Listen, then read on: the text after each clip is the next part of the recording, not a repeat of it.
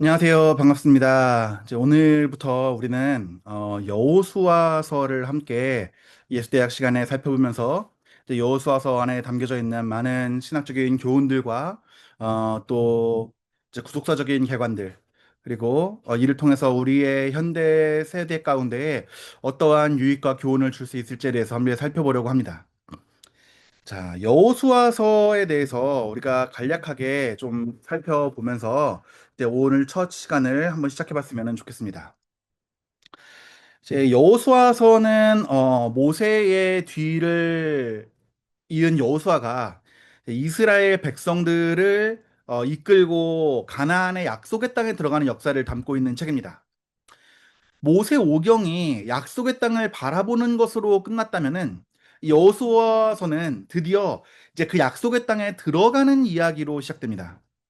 출애굽 이후에 40여 년간의 이제 광야 생활이 끝나고 이제 여호수아의 지도 아래 요단강을 건너 가나안 정복이 전개가 되게 됩니다. 이 책은 이제 역사적인 내러티브를 담고 있습니다. 그래서 우리가 보기에 아주 흥미로운 이야기들, 여리고성이 무너지는 이야기라든지 아이성에서의 어떤 실패와 승리, 그리고 해와 달이 멈추는 여러 가지 기적, 그다음에 라합과 같은 이방인의 믿음과 같은 여러 가지 이야기들이 등장하게 됩니다. 그래서 이제 이 이야기들을 볼 때에 우리는 어떻게 한 편의 드라마 같은 역사서로 이 여호수아서를 읽어볼 수가 있습니다. 그렇지만 이 이야기가 담고 있는 교훈은 단순한 모험담으로 끝나지 않습니다. 분명한 신앙의 교훈을 담고 있습니다. 우리가 너무 잘 아는 말씀인 디모데서 3장 16절에 보면은 모든 성경이 하나님의 감동으로 된 것이기 때문에 교훈과 책망과 바리감과 의로 교육하기에 유익하다라고 했습니다. 마찬가지로 이 여호수아서도 우리의 신앙에 유익한 가르침을 주고 있습니다. 그래서 우리가 이제 이 여호수아서에 대해서 살펴보면서 단순히 그냥 구약 시대 이런 이야기가 있었구나. 여호수아에 이런 내러티브가 있구나라고 알고 끝나는 것이 아니라 이제 오늘날 우리를 향한 하나님의 뜻이 무엇인가라는 것을 여러분이 좀 배우고 가시는 시간이 되기를 바랍니다. 자, 이 여호수아서의 배경을 먼저 살펴보도록 하겠습니다. 간략히 배경을 살펴보자면은 저자는 이제 전통적으로 여호수아 자신으로 알려져 있습니다. 적어도 대부분을 기록하고 이제 말미에 그 죽음 이후의 부분은 다른 사람이 정리했겠지만요. 여호수아의 이제 사건 시기는 대략적으로 주전 1400년경으로 추정되고 있습니다. 이제 여호수아 1장 1절에 보게 되면은 모세가 죽은 후에 이제 여호수아가 새로운 지도자로 세움을 받고 강하고 담대하라는 하나님의 격려를 듣는 장면으로 시작되게 됩니다. 근데 여기에서 하나님께서는 여호수아에게 모세와 함께 해주셨던 것처럼 이 여호수아와 함께 해주시겠다라고 말씀해 주시면서 거듭해서 강하고 담대하라라고 명령하시게 됩니다. 이처럼 이 여호수아서는 하나님의 임재하심과 그리고 하나님의 신실하심을 전제로 전개가 되게 됩니다. 무엇보다도 이 책은 이 하나님의 약속에 대한 하나님의 신실하심을 가장 확실하게 증거하는 책이라고 볼 수가 있겠습니다. 왜냐하면 아브라함에게 주신 이 땅에 대한 약속이 마침내 성취되는 장면을 보여주기 때문입니다. 그래서 출애굽기서부터 신명기에 이르기까지 계속해서 바라보던 이 가나안 백성이 드디어 현실로 이루어지는 것이죠. 한마디로 요약하자면 이 여호수아서는 완벽한 약속의 성취를 보여주는 책인 동시에 모세 오경의 완결편이며 또한 이후에 등장하게 될 여러 이스라엘 역사서들의 시작점이 되는 중요한 위치를 가지고 있는 책입니다. 자, 이제 이러한 맥락을 한번 염두에 두고서 이제 여호수아서의 중심 주제와 구조를 한번 차례대로 살펴보도록 하겠습니다. 자, 먼저 이 약속의 땅이 구속사적으로 어떠한 의미를 가지고 있는지를 살펴보는 것이 매우 중요합니다. 왜냐하면 이 여호수아서를 이해하는 열쇠가 바로 이 약속의 땅이라는 주제이기 때문입니다. 가나안 땅은 단순히 이 지리적인 장소를 뛰어넘어서 이 성경 전체에 흐르고 있는 구속사적 약속의 상징입니다. 창세기로 거슬러 보겠습니다. 창세기 12장 1절에 보게 되면은 하나님께서 아브라함을 처음 부르실 때 뭐라고 말씀하시죠? "내가 너에게 보여줄 땅으로 가라."라고 말씀을 하시면서 이 가나안 땅을 주실 것을 언약하셨습니다. 하나님은 아브라함과 언약을 맺으시며 그의 자손에게 땅과 자손의 복을 약속하셨는데, 이 그중 이 땅의 약속이 이루어지는 장면이 바로 우리가 살펴보는 이 여호수아서입니다. 약 500여 년 동안 조상 대대로 기다려왔던 이 약속이 여호수아 시대에 바로 성취되는 것입니다. 실제로 여호수아서 21장 43절에 보게 되면 이렇게 선언됩니다. 여호와께서 이스라엘의 조상들에게 맹세하사 주리라 하신 온 땅을 다 주셨으므로 그들이 그것을 차지하여 거기에 거주하였으니라고 말입니다. 마침내 하나님께서 말씀해 주신 대로 약속의 땅을 기업으로 주신 것입니다. 이어지는 44절, 45절에서도 여호와께서 이스라엘에게 안식을 주셨고 그들에게 말씀하신 선한 말씀이 하나도 빠짐없이 다 이루어졌다고 강조하고 있습니다. 이처럼 하나님께서 약속하신 대로 이 땅을 주시는 하나님의 신실하심이 이 여호수아서 내내 두드러져 있는 주제라고 볼 수가 있습니다. 여기서 끝이 아닙니다. 성경은 여호수아 이후에도 약속의 땅이라고 하는 이 모티브를 계속해서 확장시켜 나갑니다. 여호수아 당대의 가나안 정복이 이루어졌지만 이스라엘 역사는 계속해서 언약에 대한 순종 여부에 따라 땅에서의 복과 저주를 경험하게 됩니다. 사사시대의 혼란, 왕정시대, 그다음 포로기 시대, 그 모든 사건 속에서 하나님의 백성이 땅에서 영원히 안식하지는 못하였습니다. 이것은 이 가나안 땅이라고 하는 것 자체가 하나의 목표는 될 수 있지만 궁극적인 목표가 아니었음을 보여줍니다. 이어서 우리가 신약과 요한계시록의 도움을 받아서 이 약속의 땅의 개념을 살펴보게 되면은 훨씬 더 크고 영원한 현실로 완성이 됩니다. 예를 들어서 히브리서 4장을 보게 되면 여호수아가 준 안식이 완전한 것이 아니어서 그 후에 또 다른 안식의 날을 말씀하신 것을 지적하고 있고, 결국에 이 참된 안식은 오직 예수 그리스도를 통해서 주어진다는 것을 가르치고 있습니다. 또한 계시록 21장 22장에 그려지고 있는 이 새 하늘과 새 땅은 마치 에덴 동산의 회복이자 확장처럼 영원한 약속의 땅의 완성을 보여줍니다. 거기서 하나님은 자기 백성과 함께 거하시고 모든 눈물을 씻기시고 더 이상 죽음이나 고통이 없는 완전한 안식과 기업을 주십니다. 그렇기에 창세기부터 계시록까지 이어지는 이 구속사 속에서 가나안 땅은 하나님 나라의 모형이자 그림자로 볼 수 있습니다. 아브라함은 땅의 약속을 받았지만 궁극적으로 하늘에 있는 더 나은 본향을 바라보았다고 했습니다. 히브리서 11장 16절을 보시면은 그렇게 되어 있습니다. 여호수아서의 가나안 입성은 그 약속의 일부의 성취였지만 새 언약 아래 우리에게 주어진 약속의 땅은 영원한 하나님의 나라입니다.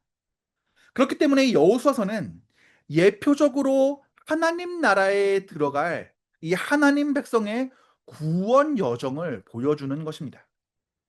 그래서 애굽의 종살이에서 해방되어 광야를 지나서 약속의 안식에 들어가는 이 이스라엘의 모습은 결국에 죄와 세상의 속박에서 해방되어서 천국 백성으로 그 영원한 새 하늘과 새 땅에 들어가는 우리의 구원 여정을 미리 보여주는 예고편과 같은 것이죠. 이러한 관점에서 여호수아서를 읽으면 단순히 재밌는 모험단 같은 이스라엘의 역사 이상을 넘어서 복음의 그림이 무엇인지를 발견하게 됩니다. 하나님께서 어떻게 약속을 시작하시고 그 약속을 어떻게 성취하시며 그 백성을 안식으로 이끄시는지가 창세기부터 계시록까지 한 맥락에서 쭉 이해되어지기 때문입니다. 자, 이제 우리가 여호수아서의 전체 구조를 한번 간략하게 살펴보면서 앞으로 우리가 살펴보게 될 이 여호수아서가 어떠한 구조를 가지고 이루어져 있는지를 한번 대략적으로 살펴보도록 하겠습니다. 자, 여호수아서를 구분해 보자면 크게 네 가지 부분으로 구분해 볼 수가 있습니다. 그리고 이 각 부분은 약속의 땅을 얻고 그 약속의 땅을 누리는 과정의 단계라고도 볼 수가 있습니다. 첫 번째 단계를 보게 되면 1 장부터 5 장까지로 이루어져 있는 약속의 땅의 입성이라고 볼 수가 있겠습니다. 자, "요단을 건너라."라고 하는 하나님께서 여호수아에게 가나안 땅에 들어갈 명령을 명령하십니다. 이 부분에서는 여호수아의 부임과 준비 과정이 그려지게 됩니다. 여호수아 1 장에서 모세의 후계자로 세워진 여호수아는 하나님의 강하고 담대하라는 격려를 받으며 백성들을 이끌 준비를 하죠. 그리고 2 장에서는 여호수아가 2 명의 정탐꾼을 여리고로 보내어 정탐하게 하고 그 정탐꾼은 라합의 도움으로 임무를 완수합니다. 라합은 여기서 이제 붉은 줄을 창문에 매달아 구원을 얻게 되는데, 이런 것은 하나의 이후에 예수님의 구원의 표적을 떠오르게 하는 장면이 될 수도 있겠죠. 그리고 3 장과 4 장에서는 이스라엘 백성이 요단강을 기적으로 건너는 사건이 나오게 됩니다. 이 마른 땅을 밟고 건넌 후에 12 지파가 돌로 기념비를 세워서 하나님의 역사하심을 기념하고 기억합니다. 그리고 5 장에서는 할례를 행하고 첫 유월절을 지키며 하나님의 군대 대장으로 나타나신 여호와의 사자를 여호수아가 만나서 경배하는 장면이 나옵니다. 그러면서 이 가나안 전쟁이라고 하는 것은 단순히 나라와 나라, 민족과 민족 간의 전쟁이 아니라 하나님께서 친히 함께 하시는 거룩한 전쟁이라는 것을 예고하고, 백성들은 영적으로 이 전쟁의 준비를 마치게 됩니다.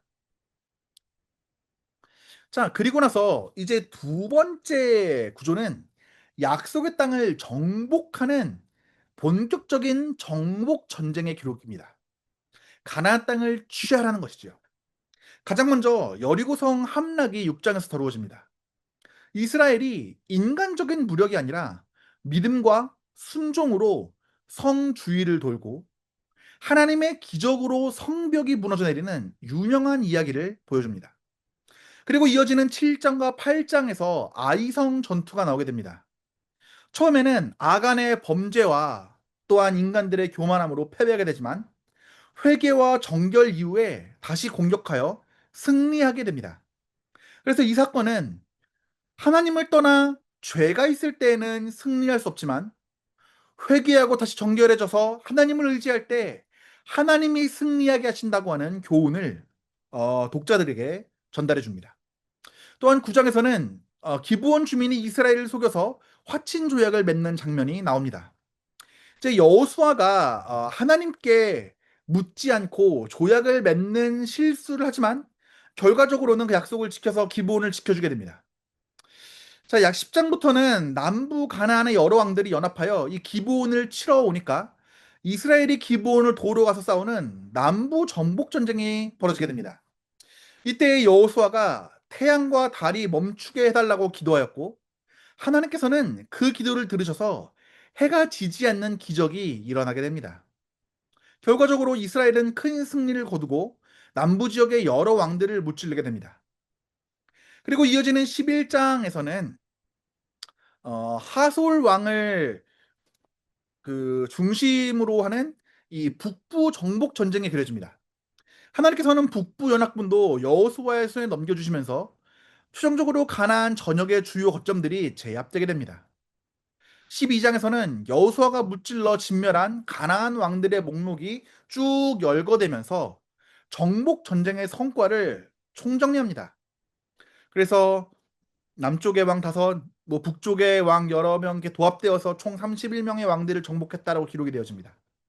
이로써 땅을 취하라는 하나님의 명령대로 큰 틀에서 볼 때 약속의 땅 정복이 완료됩니다. 여호수아 11장 23절은 이를 요약해서, 여호수아가 여호와께서 모세에게 이르신 모든 말씀대로 그 온 땅을 취하여 이스라엘 지파들에게 분배하였고 그 땅의 전쟁이 그쳤더라고 말하고 있습니다. 자, 우리 이어지는 13장에서 21장의 내용은 땅을 나누어 기업으로 주라고 하는 약속의 땅 분배의 내용이 실리게 됩니다. 이 정복이 끝난 후에 여호수아는 정복한 가나안 땅을 12지파에게 분배합니다. 하나님께서 약속하신 그 땅을 각 지역 지파가 기업으로 받는 장면을 보여주고 있죠. 그래서 13장부터 19장까지는 각 지파가 받을 땅의 경계와 성읍들을 상세하게 나열합니다. 여기에는 갈렙이 헤브론 산지를 기업으로 달라고 간청하여 받는 이야기도 나오게 되고, 또는 여호수아 자신도 딥낫세라고 하는 성읍을 기업으로 받는 이야기도 등장하게 됩니다. 이어서 20장에서는 이제 도피성을 지정하는 내용이 나오고, 21장에서는 이제 레위 지파에게 제사장으로 섬기도록 각 지파 중 몇몇 성읍을 할당하는 내용이 나오게 됩니다. 어떻게 보면 이러한 구체적인 분배 약속들은 계속해서 읽기에 다소 지루하게 느껴질 수도 있습니다. 하지만 이것은 하나님께서 약속을 얼마나 철저하고 세부적으로 성취하셨는지를 보여주는 매우 중요한 증거의 구절들입니다. 그래서 각 지파가 받은 땅의 경계 하나하나가 하나님의 언약의 성취의 증거인 것이죠. 그래서 여호수아서는 땅 이름의 목록들이 많음에도 그것이 오히려 완벽한 하나님의 성취의 증거로 기능하게 됩니다. 이 부분을 마무리해서 다시 한번 여호수아서 21장 43절에 45절에 나오는 그 선언이 다시 한번 등장하게 됩니다.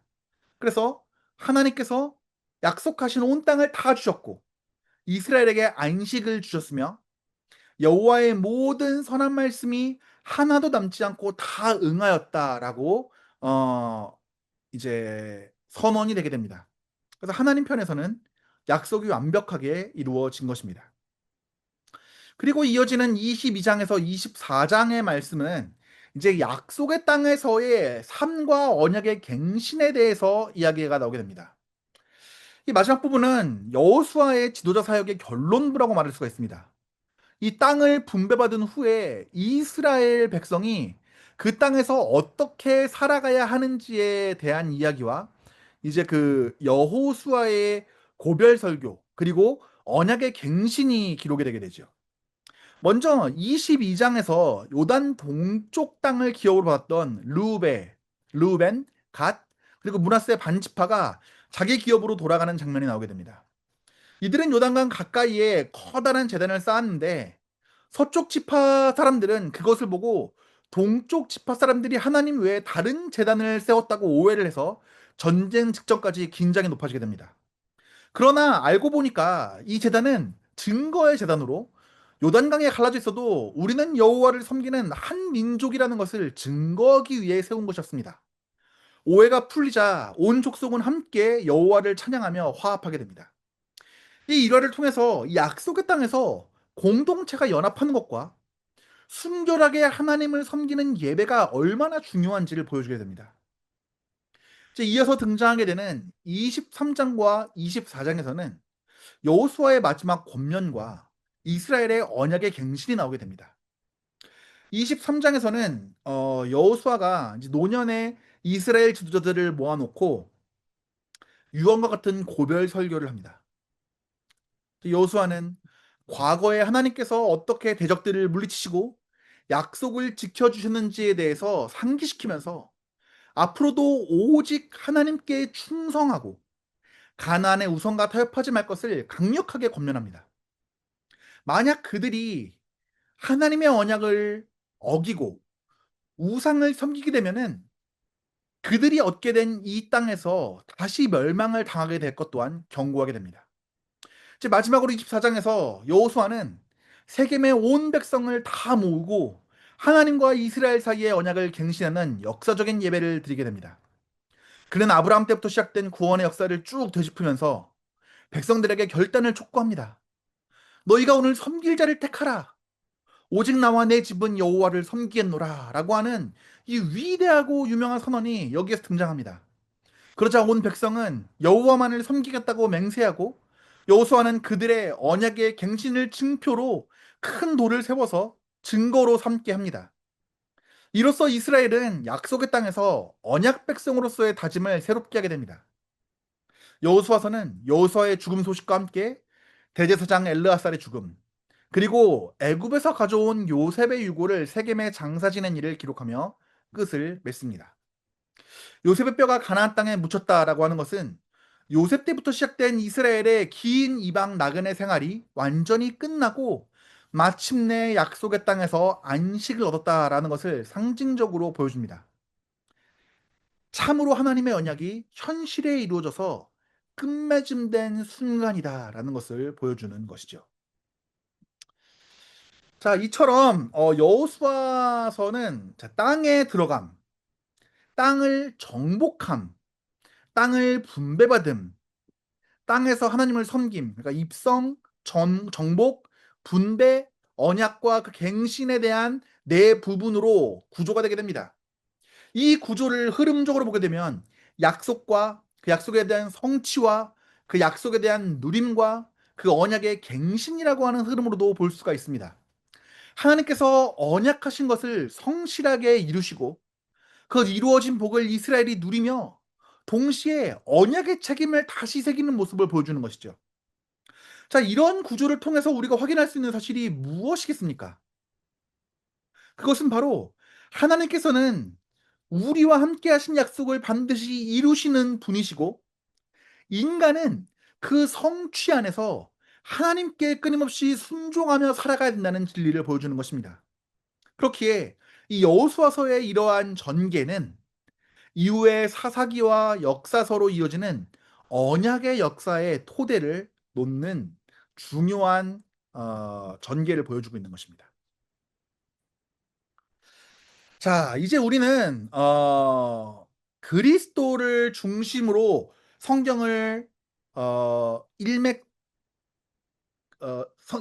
그리스도를 중심으로 성경은 일맥상통하여져 있고 그리고 그리스도라고 하는 구속 사역을 중심으로 성경이 꿰뚫어져 있다는 관점 하에서 이 그리스도를 중심으로 여호수아서를 어떻게 볼 것인지에 대해서 한번 짧게 살펴보도록 하겠습니다. 자, 우리가 믿는 이 개혁주의 전통에서는 이 구약에서의 일어나는 이러한 사건들이 그냥 단순히 하나의 역사적인 사건이 아니라 그리스도를 가리치는 그림자, 즉 예표라고 가르치게 되죠. 이 여호수아서도 예외가 아닌데 특히 이제 여호수아 본인이 예수님의 모형으로 자주 언급이 되게 됩니다. 이제 여호수아라는 이름 자체가 히브리어로 여호와는 구원이시다 또는 여호와의 구원이라는 의미를 가지고 있습니다. 흥미롭게도 이 이름은 신약에서 예수님의 이름과 같은 뜻입니다. 천사가 요셉에게 예수님의 이름을 지시할 때 아들을 낳으리니 이름을 예수라 하라. 이는 그가 자기 백성을 그들의 죄에서 구원할 자이심이라 라고 이야기하였죠. 여기서 이제 그 예수라고 하는 헬라어로 이에스라고 하는 것은 헬라어 의미고 이것을 히브리어로 하면은 예호슈아라고 하는 이름입니다. 그러니까 예수님의 이름이 곧 여호와의 구원이란 뜻이고 여호수아와 예수라고 하는 이름이 이 이름에서부터 연결되는 것을 보여주는 것이죠. 이것은 우연이 아니라 하나님께서 이 여호수아를 통해서 장차 오실 구원자이신 예수님을 미리 보여주는 것이라고 볼 수가 있겠습니다. 여호수아가 모세의 뒤를 이어서 이스라엘을 약속의 땅으로 구원하여 드린 구원자라면 예수님은 모세의 율법으로 들어갈 수 없던 영원한 안식의 땅으로 우리를 구원하여 인도해 주시는 참된 구원자이시라는 것을 보여주는 것이죠. 어떤 면에서 모세가 율법을 대표하고 여호수아가 은혜로 주어지는 구원을 대표한다라고도 볼 수가 있겠습니다. 모세는 이스라엘을 출애굽시켜서 광야에까지 이끌었지만 자신의 실수로 가나안에 들어가지 못하고 느보산에서 죽었습니다. 마치 이것은 율법의 한계를 보여주는 상징처럼 보이지 않습니까? 그러나 여호수아는 그 뒤를 이어서 그들을 이끌고 들어가게 되었습니다. 이처럼 모세의 율법이 아닌 여호수아, 그러니까 예수께서 우리를 구원에 완전히 들이신다라고 하는 이 중요한 복음의 진리를 구약 사건의 예표로서 보여주는 것입니다. 또한 신약의 히브리서 기자도 예수께서 모세보다 더 큰 영광을 받으신 분으로 설명하고 있고 또 앞서서 여호수아가 준 안식으로 끝나는 것이 아니라 예수 안에서 참 안식이 주어진다라고 가르치고 있습니다. 이러한 면에서 이 여호수아가 예수 그리스도의 구속 사건의 예표로 우리가 볼 수 있겠습니다. 또는 여호수아서의 여러 사건은 다른 면에서도 복음의 그림자를 담고 있습니다. 예를 들어서 여호수아서 2장에 등장하는 라합은 이방인이지만 믿음으로 구원받은 사람입니다. 그래서 이 어, 이스라엘이라고 하는 이 민족적인 정체성 때문이 아니라 영적 이스라엘, 예수 그리스도의 피로 말미암아 구원받아 이방인들도 이스라엘에 접붙여서 어, 주의 백성으로서 구원받는 자가 되는 것을 예포해 주는 모습을 또한 보여주게 됩니다. 그래서 이 라합이 예수님의 족보에까지 오르게 되는 복을 또한 누리게 되죠. 또한 여리고 성의 함락은 인간의 힘이 아니라 하나님의 능력과 은혜로 승리하는 구원의 원리를 보여주고 있습니다. 나팔 소리와 믿음의 함성으로 성이 무너진 것은 구원은 하나님께 속한 것이고 우리가 해야 할 것은 다만 믿음으로 순종하는 것임을 보여주고 있습니다. 그리고 가나안 정복 전쟁에서도 마찬가지로 하나님이 앞장서서 싸우시고 그리고 인간은 순종함으로써 동참하는 구원의 모양을 보여주고 있습니다. 그리고 여호수아 앞에 나온 여호와의 군대 대장은 이제 사실상 이제 하나님의 현현으로서 이해해 볼 수도 있는데 이분이 하나님께서 이끄시는 전쟁이시기 때문에 이스라엘이 승리한 것이다라고 볼 수가 있는 것입니다. 이것은 신약에서 예수 그리스도께서 만왕의 왕 만군의 주로서 죄와 사망의 권세를 이기시는 모습을 예고한다라고 볼 수 있습니다. 실제로 골로새서 2장 15절은 그리스도께서 십자가로 어둠의 권세들을 무장해제하고 승리하신 것을 이야기하고 있습니다. 여호수아가 가나안의 원수 땅들을 물리치고 그 목을 밟게 한 사건은 장차 예수님께서 하나님의 약속을 성취하시고 사탄과 세상의 권세를 발 아래 복종시키시고 그리고 그 발꿈치로 그 머리를 깨트리시는 놀라운 사건을 미리 앞서 보여준 것이라고도 얘기할 수가 있겠습니다. 그리고 여호수아서에 기록된 이스라엘 백성들이 누린 땅의 기업은 무엇일까요? 이것은 신약 성도들이 얻게 될 하늘의 유업의 예표라고 볼 수가 있겠습니다. 베드로전서 1장 4절에 보게 되면 썩지 않고 더럽지 않고 쇠하지 않는 기업이 하늘에 간직되었다고 이야기하는데 이 여호수아서에 나타나는 이 기업 분배는 그 모형적 사건이라고 볼 수가 있겠죠. 그래서 여호수아서에 나오는 인물, 사건, 주제가 결국에는 앞서 이루어지게 될 예수 그리스도의 사역과 복음의 은혜를 미리 보여주고 있는 것입니다. 그거 너무 어거지가 아닌가요? 라고 의문을 가질 수도 있겠지만 근데 성경이라고 하는 것이 오실 예수 그리스도와 오신 예수 그리스도에 대한 언약의 통일된 이야기라는 관점에서 보게 될 때 이것은 억지가 아니라 미리 의도를 가지고 이끌어져 온 역사의 사건과 기록이라고 볼 수 있는 것 아니겠습니까? 예수님 자신도 부활하신 후에 제자들에게 모세의 율법과 선지자의 글과 시편에 나를 가리켜 기록된 모든 것을 자세히 설명해 주셨다고 하셨습니다. 여호수아서도 그런 의미에서 예수님의 그림자가 드리워진 책이라고 말할 수가 있습니다. 그렇기 때문에 우리가 이 여호수아서를 볼 때에도 옛날 이스라엘의 이야기로 끝나는 것이 아니라 언약의 성취자로 오신 예수님을 발견하며 하나님께서 구속사 속에서 어떻게 일하시는지를 교훈을 얻어야 됩니다. 하지만 동시에 여호수아서의 모든 부분을 무리하게 영적 비유로 해석해서는 안 됩니다. 필요 이상으로 과도한 비유를 해석하려고 하는 것은 피하고 대신에 성경이 일관되게 보여주는 성경적이고 언약적인 연결에 주목해서 살펴보아야 됩니다. 예를 들어서 여호수아와 예수님의 관계, 또한 가나안 땅에서 약속된 땅에서의 안식과 그리스도의 안에서의 영원한 안식, 그 다음에 약속의 땅과 영원한 새하늘과 새 땅, 이러한 관계는 성경 전체의 흐름에서 보았을 때 확실한 연결고리입니다.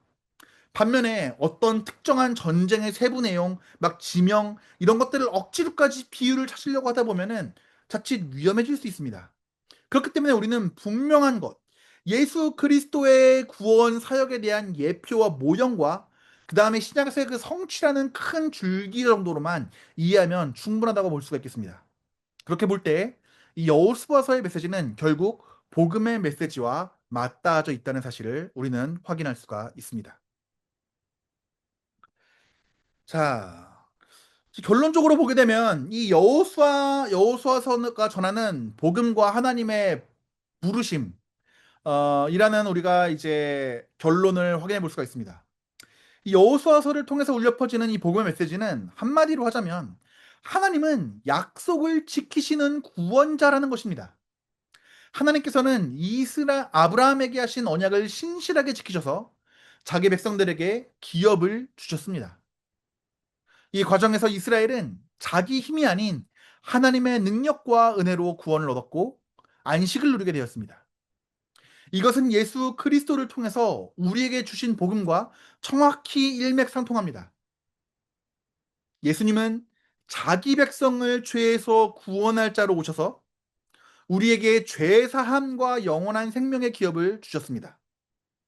여호수아서의 여호수아가 그 이름 뜻대로 이스라엘을 구원하였던 것처럼 신약의 예수님께서는 온 인류의 죄와 문제를 해결하고 참된 안식에 들어가게 하신 것이죠. 그러기에 여호수아서는 예수 그리스도의 복음을 미리 보여주는 책입니다.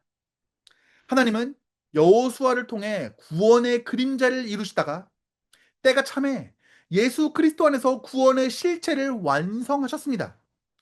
여호와의 선한 말씀이 하나도 다 남김없이 응하였더라라고 하는 선언은 신약 시대에 와서 예수님께서 십자가에서 다 이루신 구원 사역과 장차 우리에게 약속된 천국 영광까지 모두 성취될 것을 확증하는 것처럼 우리에게 선포됩니다.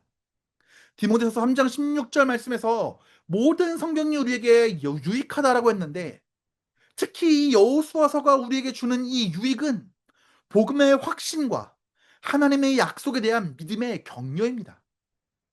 반복적으로 등장하는 강하고 담대하라라고 하는 하나님의 말씀처럼 우리도 이미 승리가 보장된 믿음의 싸움을 담대히 살아가야 한다라고 하는 도전을 끊임없이 우리에게 제공합니다. 또한 여호수아 마지막 장면에서처럼 오직 여호와만 섬기겠노라라고 하는 이 담대한 결단으로 하나님의 부르심에 응답해야 하는, 그리고 오직 하나님만 섬기며 나아가야 하는 이러한 결단을 깨닫게 됩니다. 여호수아 24장 15절에서 여호수아는 이스라엘에게 누구를 섬길 것인지를 촉구하였습니다. 오늘날 이것은 복음을 듣는 우리에게도 동일하게 적용되는 부르심입니다. 하나님의 신실하신 구원, 예수 그리스도의 십자가 사건과 그분의 보혈을 통해 신실한 하나님의 약속의 성취와 구원을 받은 하나님의 백성이라면 그 하나님의 부르심에 응답하고 마땅히 하나님만 경외하며 그분만을 섬기며 살아가야 되는 것입니다. 마지막으로 정리해보면 여호수아서는 단순한 정복 전쟁의 역사가 아니라 하나님의 언약의 성취와 구원의 그림자를 보여주는 말씀입니다. 이 책은 약속대로 구원하시는 하나님의 은혜의 복음을 증언하고 그 은혜 안에 사는 성도들에게 믿음의 순종을 촉구합니다. 우리를 죄와 사망에서 이끌어내시고 하나님 나라로 인도하시는 분은 오직 새로운 여호수아 되시는, 오직 새로운 하나님의 구원 되시는 예수 그리스도이십니다. 그리고 그 예수 그리스도께서는 끝까지 우리와 함께 하시며 최후의 승리를 약속하셨습니다. 그러니 우리도 이 여호수아서의 교훈대로 믿음으로 담대히 앞으로 나아가야 합니다. 하나님께서 신실하게 당신 언약을 지키시는 것처럼 우리도 언약에 하나님께 충성하며 약속의 땅을 향해 나아가는 순례자의 삶을 살아야 합니다. 이것이 여호수아가 오늘 우리에게 전하는 복음의 도전이며 하나님의 부르심입니다. 자, 이렇게 우리가 앞으로 여호수아서를 어떻게 살펴보게 될지 대관을 함께 나누었습니다. 자, 이제 우리 모두 하나님께서 이미 주신 구원의 약속을 굳게 붙들고 이 여호수아서 안에서 또 얼마나 아름답고 값진 하나님의 언약의 성취를 보여주실지를 기대하면서 우리 마음속에서는 나도 여호수아의 선포와 같이 나와 내 집은 여호와를 섬기겠노라라고 결단하면서 매일매일 살아가겠다라고 다짐하는 성도 여러분들 되시기를 주님의 이름으로 축복합니다. 우리 다음 시간부터 또 이제 한 장 한 장 살펴보면서 여호수아에 담겨져 있는 아름다운 복음의 진리들을 살펴보도록 하겠습니다. 감사합니다. 우리 다음 주에 뵙겠습니다.